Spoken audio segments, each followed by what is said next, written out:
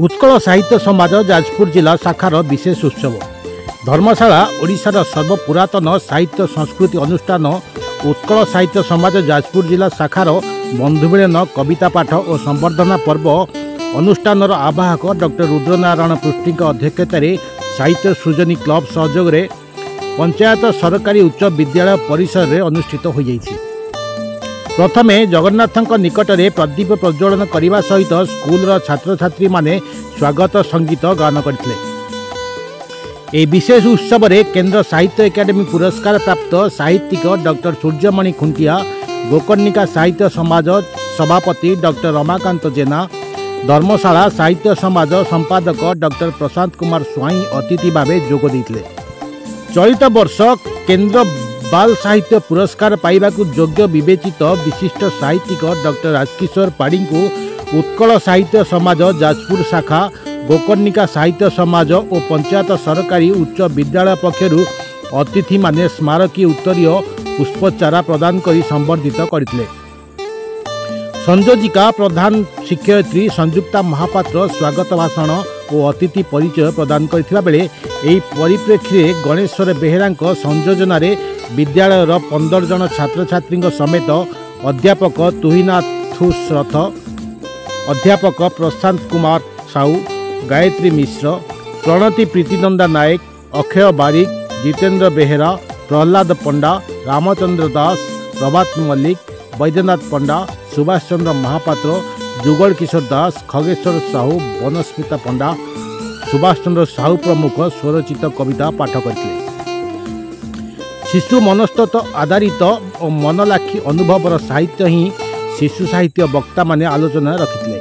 शेष में व्यंग कवि बाईधर माझी कविता पाठ करने सहित धन्यवाद अर्पण करथिले। एक कार्यक्रम परिचालन में विद्यालयर शिक्षक शिक्षयित्री शिक्षाकर्मी और साहित्य अनुष्ठान सदस्य वृंद सहयोग करथिले। आज पंचायत हाईस्कूल अरेकणा परिसर रे आम एक कविता पाठोत्सव बंधुमेलन आयोजन करूँ। यही अवकाश रे आम उत्कल साहित्य समाज आजीवन सदस्य डॉक्टर राजकिशोर पाढ़ी एथमध्य केंद्र बाल साहित्य पुरस्कार पाइबापी योग्य व्यवस्थित होती ये संबर्धना ज्ञापन करा जायथिला। प्रतिवर्ष आम गोकर्णिका साहित्य समाज बा आमर धर्मशाला साहित्य समाज, कोरेई साहित्य मंडल से अनुष्ठान विभिन्न अन्य जिते अनुष्ठान आम जिले में अच्छी से सौजन्य आम उत्कल साहित्य समाज उत्सव मान करिथाउ। आज यही परिसर में आम जो अनुष्ठान टी करिछु एठी प्रधान शिक्षयित्री होउचंती जी संयुक्ता महापात्र, से आम उत्कल साहित्य समाज संयोजिका। तांकर एठी जो पिला माने अछंती से पिला मानकर सहायतारे सेमाने मध्य आज भी एसटी कविता पाठ करिसंती। सेमानक जो सृजनी क्लब रही से सृजनी क्लब सौजन्य मध्य आम एठी उत्कल साहित्य समाज अनुष्ठान टी करिथिलु, जो थे आम सदस्य मानकर बंधु मिलन कविता पाठोत्सव और संवर्धना पाव अति सुंदर भाव में समाहित होइछि। आम विद्यालय पंचायत गवर्नमेंट हाईस्कूल अरेकणा मु तार प्रधान शिक्षयित्री।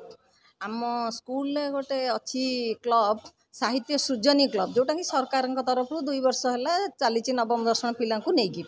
आज आमर जो ओडिशार सर्वपुरातन अनुष्ठान उत्कल साहित्य समाज आम साहित्य सृजनी क्लब मिलित अनुकूल आमर ये जो कार्यक्रम है ये आमर मुख्य थिला बंधु मिलन आउ कविता पाठोत्सव तापरे संवर्धना पर्व। आम जिलार राजकिशोर पाढ़ी जो बाल साहित्य पुरस्कार केंद्र साहित्य एकाडेमी द्वारा पाइबापी मनोनीत होती संबर्धित करागला।